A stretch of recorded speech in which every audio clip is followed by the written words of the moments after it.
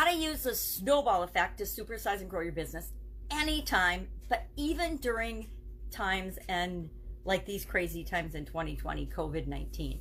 Snowball effect, I researched this and looked into this, and I'm a little frustrated that I couldn't find the actual origin. There are idioms, there are expressions that are really common and have been used for a long time that for some reason the internet or books and resources don't have, or there isn't agreement on the origin of a concept or an idea or an idiom or a word or an expression. Some things it's really easy to find the etymology of, the beginning and the origin of.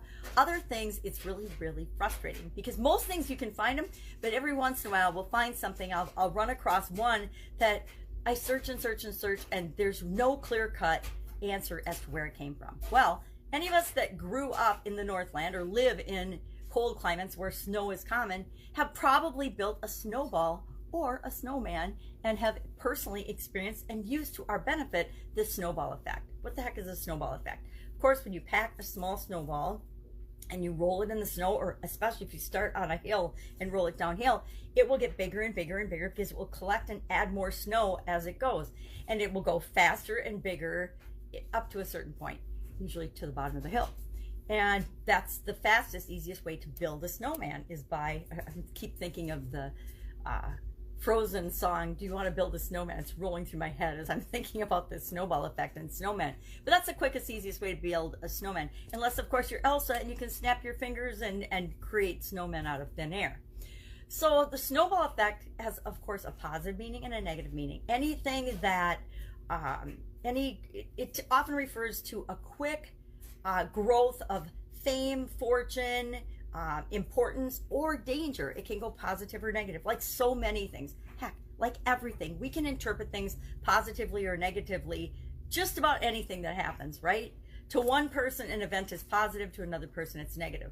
COVID-19 is a perfect example of that. To some businesses, COVID-19 has been an absolute godsend and massive exponential growth opportunity. To other businesses, they've been shut down, curtailed, and forced to shutter their doors due to absolute lack of ability to run their business. Now, I contend that almost any business, no matter what it is, can continue to serve people, even if the government or the different municipalities or business or places that we live shut down and have different rules that absolutely shut down our business. There are still ways to creatively find people. And if you look on the internet, you will see hundreds and hundreds, if not thousands, of examples of business owners who have gotten creative and figured out how to continue to serve either the population and the people that they were serving originally, or they've had to make a huge change and a huge pivot and serve an entirely new group of people. But they've found ways to continue to add value to the world, make the world a better place, and continue on with their businesses. So snowball effect, what the heck? How does that apply to different industries? So it means things get bigger and bigger and bigger as they go along, or they tend to. Now, that can work in positive ways and negative ways. We can have the snowball effect happen with respect to debt. We can have the snowball effect. If you've ever had a growth phase in your business, you've experienced the snowball effect. Many times and oftentimes, our businesses start out small and then they grow and grow and grow and grow and grow. And at some point, I'll often call it the tipping point by Seth Godin, you reach a point of growth where all of a sudden growth starts to happen automatically on its own. And that's an example of the snowball effect.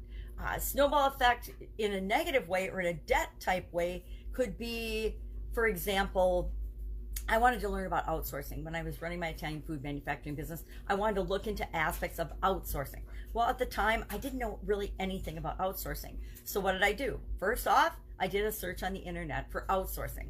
And of course, I found all kinds of information on it, like probably 1 million results or something. Too much for my brain to go through given everything else that I was doing. So I started looking at that. That led me to, so that was the small thing. I started asking the question. That led me to a bunch of books. So I went on Amazon, I ordered like 20 books. I ordered like every book they had on outsourcing at the time. And then didn't stop there. As the books came in and I read more, I thought, okay, this is a lot. I might need some help with this. So I took some courses online. I took some actually offline courses to find out more about outsourcing. Then I got a coach. I got a coach and an expert in the area of outsourcing, a consultant, to come in and help us look at that for our organization. So each one of those steps was an example of a snowball effect, where I started out small and I got bigger and bigger and bigger in terms of what I was investing and what I was learning about outsourcing for my business. So we can see examples of this everywhere. In politics, we see the snowball effect. In the media, we see the snowball effect. In social change, we see the snowball effect. In psychology, there's something called the snowball sampling method, which is a method of, it's not a really super scientific, there's drawbacks in the snowball sampling, but it's a way to reach hard to reach subsets that want to be studied for certain aspects of psychology or medicine or anything else. It's just snowball sampling. We could talk about that, but it's too long to talk about here, and it wouldn't apply to very many of our businesses. Although niche marketing, going after a specific group of customers, could be considered an example of snowball sampling, and getting referrals and things and testimonials from our business, and having people recommend other people for our business, that would actually be very similar to snowball sampling. So social situations, think of the riots and the protests that we've had in America over the last few months. They started out small as peaceful protests over a social thing. There was clashing of ideas and groups at those events, and they eventually turned into riots. I know people don't like to believe that or say that, but I witnessed it firsthand. They turned into riots, and that is an example of the snowball effect. The media and social media has a huge impact on the snowball effect, and I think we're going to find that they have had more of an impact on all of us than we even realize, which is an example of the snowball effect. We start out, in small increments, being attached to our social media, and interacting with our cell phones every day, and then we spend more time and more time and more time and more time until we walk down the street and you see, 80% of the people walking down the street are looking at their phone. They're not looking at where they're going or what's going on around them. Lots of examples of the snowball effect. So how can you use this to grow your business? Well, it's like anything else. Start out small and build on your successes. Add to, every time you do something that's successful, learn from that and add to that the next step. And pretty soon, just like everything else, you will find that your business is exponentially growing on its own. And there's, key things that you can do to help that. Make sure that your customers are having an incredible experience. Talk to your customers, ask your customers what they like or don't like about your products or services, and then do and implement the things that you learn from those conversations. Ask your customers for referrals. Ask them who they might know. Every time you have a successful interaction with one of your customers or clients, ask them who they know that could also benefit from your products or services. It's one of your best bets, and that is exactly an example. Referrals are a good example of snowball sampling in the scientific world.